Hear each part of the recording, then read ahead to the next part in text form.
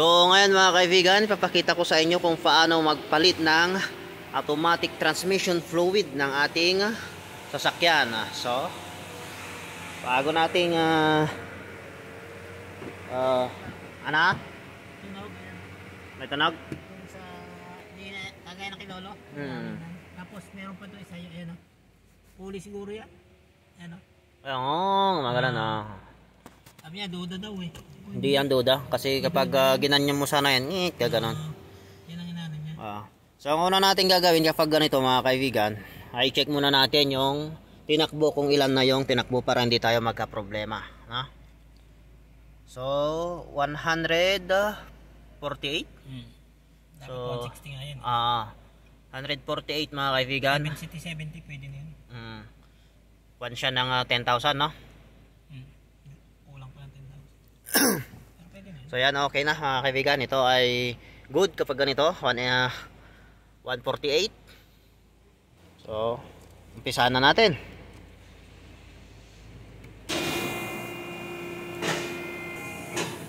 So ang una natin gagawin kapag ganito mga kaibigan ay i-drain muna natin itong kanyang langis. So dito yung kanyang drain plug. Ito naman yung checking kapag nag-check tayo ng kanyang langis, yung level. Kung tama yung langis natin o hindi. So yung ating mekaniko mga kaibigan na si Sir Lascano.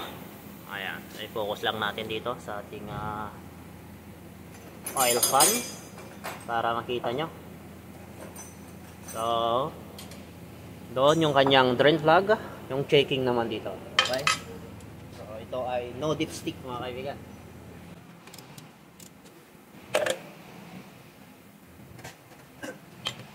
So habang nagdi-drain, para mabilis yung trabaho, ay tanggalin na natin yung mga tornilyo ng kanyang oil pan. Ito ay 10mm. Para mabilis tayo mga kaibigan. So kapag ganito, wala pang 30 minutes to, tapos na to. Kapag yung mga nagkakalit lang tayo ng automatic transmission ng fluid at saka filter. So karamihan sa atin mga kaibigan ay yung pinapalitan lang ay yung langis, hindi na tinatanggal itong kanyang oil pan. So hindi advisable yun mga kaibigan kasi may filter to sa loob. Di ba sir? Sir? Yes. Diba? Yes, of course. Kaya ang ina-advise namin ay palitan nyo yung kanyang filter. Patanggalin to, tapos palitan itong kanyang gasket dito. So katagalan kasi to lumitigas.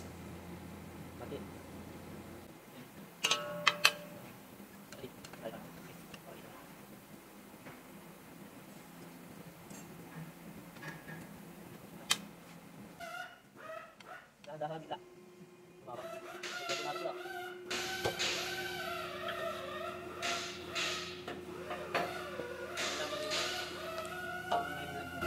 So ayan yung kanyang oil pan. So ito naman yung kanyang filter na sinasabi ko kanina mga kaibigan nating papalitan itong tim na to. So ito ay may 4 na tornilyo. 1, 2, 3, 4 dito. Okay? So i-focus ko lang para tanggalin ko.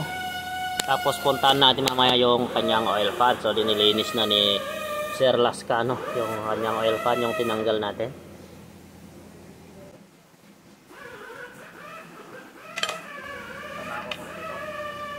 Para makita nyo. So ngayon lang tayo ulit nakapag-vlog mga kaibigan. So medyo busy tayo sa ating trabaho.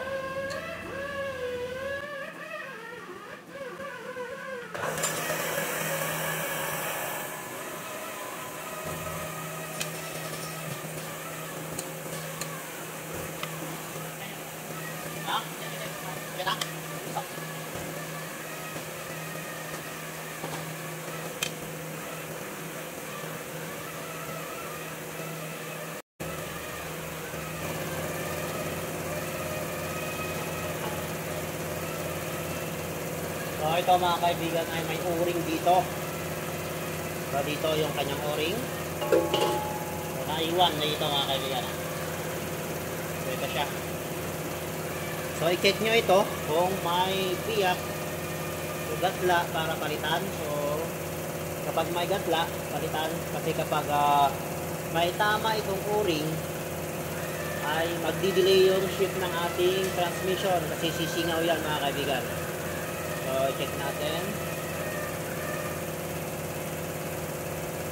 So ito ay okay pa mga kaibigan, kaya hindi ko ito papalitan. So yung kanyang filter lang yung aking papalitan. So puntahan natin yung kanyang filter.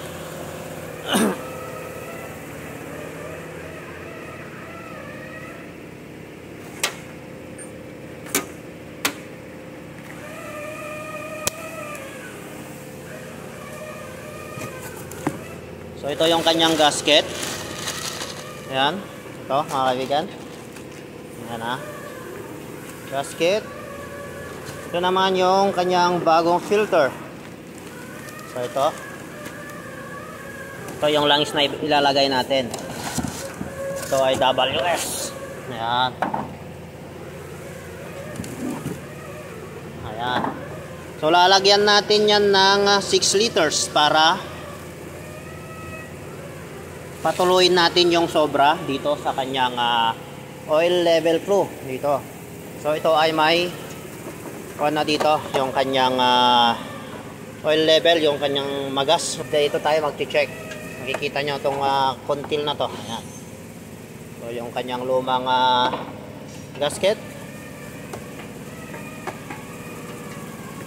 So lalagay na natin itong kanyang filter. Okay. So ilalagay natin dito yung o-ring at lalagyan natin ng konting grasa para swabe yung pagpasok. So wag nating hayaan mapilipit yung ating o-ring pag naglagay tayo. Okay. Matagal-tagal tayo hindi nakapag-vlog mga kaibigan kasi medyo busy tayo sa trabaho. So nakapokus tayo sa ating trabaho mga kaibigan, kaya bihira na tayo ngayon makapag-vlog. Ito, sinishare ko lang mga kaibigan para malaman nyo kasi mahal ang paggawa ng ating transmission. Ayan. Ito may lalagay yung kanyang o-ring. Ayan. O-ring. So wag nyong hayaan na mapilipit. Okay, kapag sinalpak doon sa kanyang transmission. So lagyan natin ng konting grasa.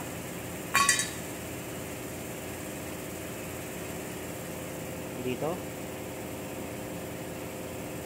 So okay lang yan mga kaibigan, hindi yan makaka-apekto sa ating transmission, konti lang naman.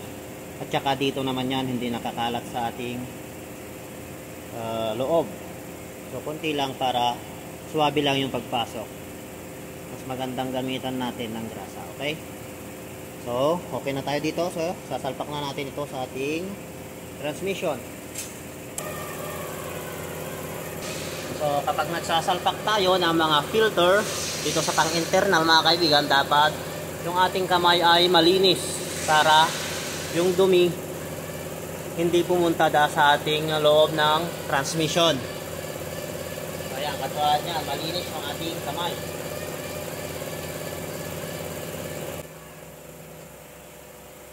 Talog-talogin, huwag din pasok agad-agad. Pakiramdaman mga kaibigan ng o-ring na suwabi ka na pumapasok.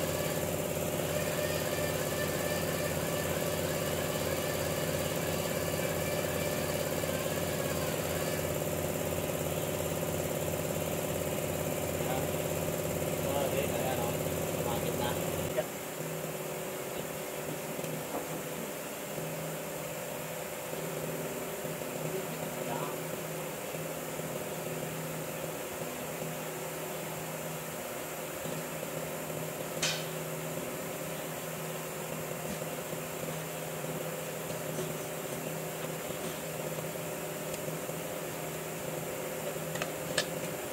So ayan mga kaibigan, ilagay na natin itong bagong filter. So mapapansin nyo naman dito na bagong-bago yung kanyang filter, ano? So andun na rin yung kanyang oil fan.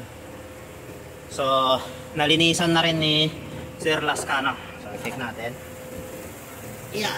Yan. Ito naman, gaano kalinis mga kaibigan. So ito ay may 4 na magnet. Ayan, yung nagmamagnet sa mga metal at saka lining kapag may naukod. So ito bago yung ating gasket. Ayan. So, salpak na rin natin yan mga kaibigan.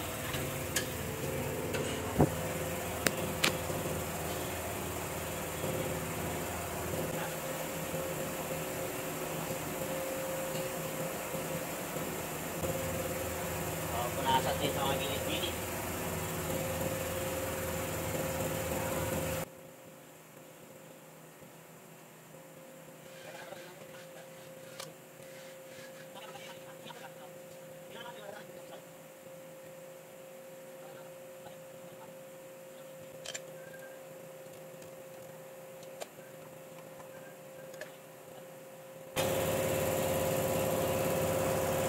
So dito naman tayo mga kaibigan maglalagay ng kanyang langis. Ito. Dito rin natin malalaman kung ano yung recommended na langis. So ito, kaibigan, na ilalagay na sa pump yung ating WS. Ito yung ating loob ng pump. Ayan. Sinasalin na ni Sir Lascano. Ayan, WS. So habang sinasalin ni Sir Lascano yan mga kaibigan, ay tatanggalin ko na itong kanyang fill in dito. So yung fill plug nya.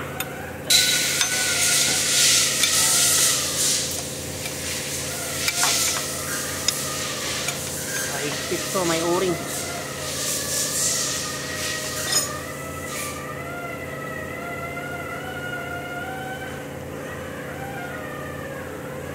So ito, dito tayo maglalagay mga kaibigan. So ito ay may o-ring din, no? Ayan, para hindi sumingaw yung ating langis. Ayan na mga kaibigan, maglalagay na tayo ng langis. So dito, ayan, yung sinasabi ko kanina, dito siya maglalagay, ayan. Tapos bubumbahin yung ating pump para yung langis ay tumaas papunta dito sa transmission. So tulad ng sabi ko kanina mga kaibigan, lalagyan natin ng 6 na litro o 7. Kasi 8 litro naman yan. Tapos yung sobra ay papatuloy natin. Kung di ako nagkakamali mga kaibigan ay 5.5 yung langis ng ating transmission. Kung hindi ako nagkakamali. Kasi dito naman tayo nagbabase. Pinapatulo natin dito yung kanyang sobra. So kung mababasa nyo dyan, ayan o, check, nakalagay. Okay,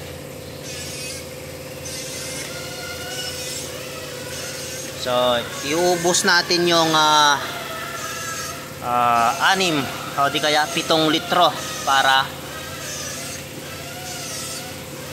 ilagay dito sa ating transmission.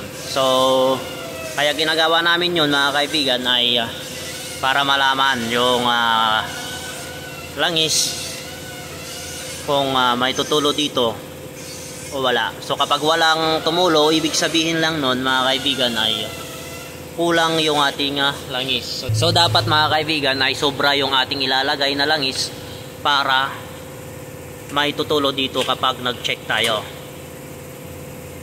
So ang pag-check naman dito mga kaibigan ay dapat naka-andar yung ating makina.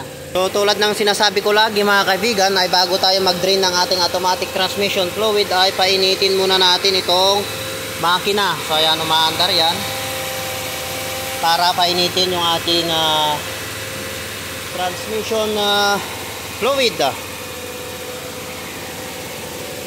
para makapag-circulate. So tapos i-atras sa bante natin. Dapat pagkatapos uminit na yan ay pwede na tayo mag-drain ng ating langis. Okay?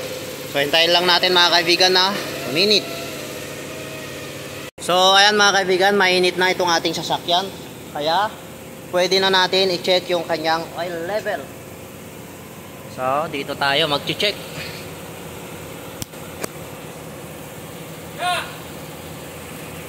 So dito mga kaibigan, so Kapag walang tumulo, ibig sabihin lang na kulang yung ating langis. So kapag marami naman yung tumulo, kaya lang natin tumulo at patilain natin ng konti. Okay? Yan, i-check na ni Sir Lascano mga kaibigan.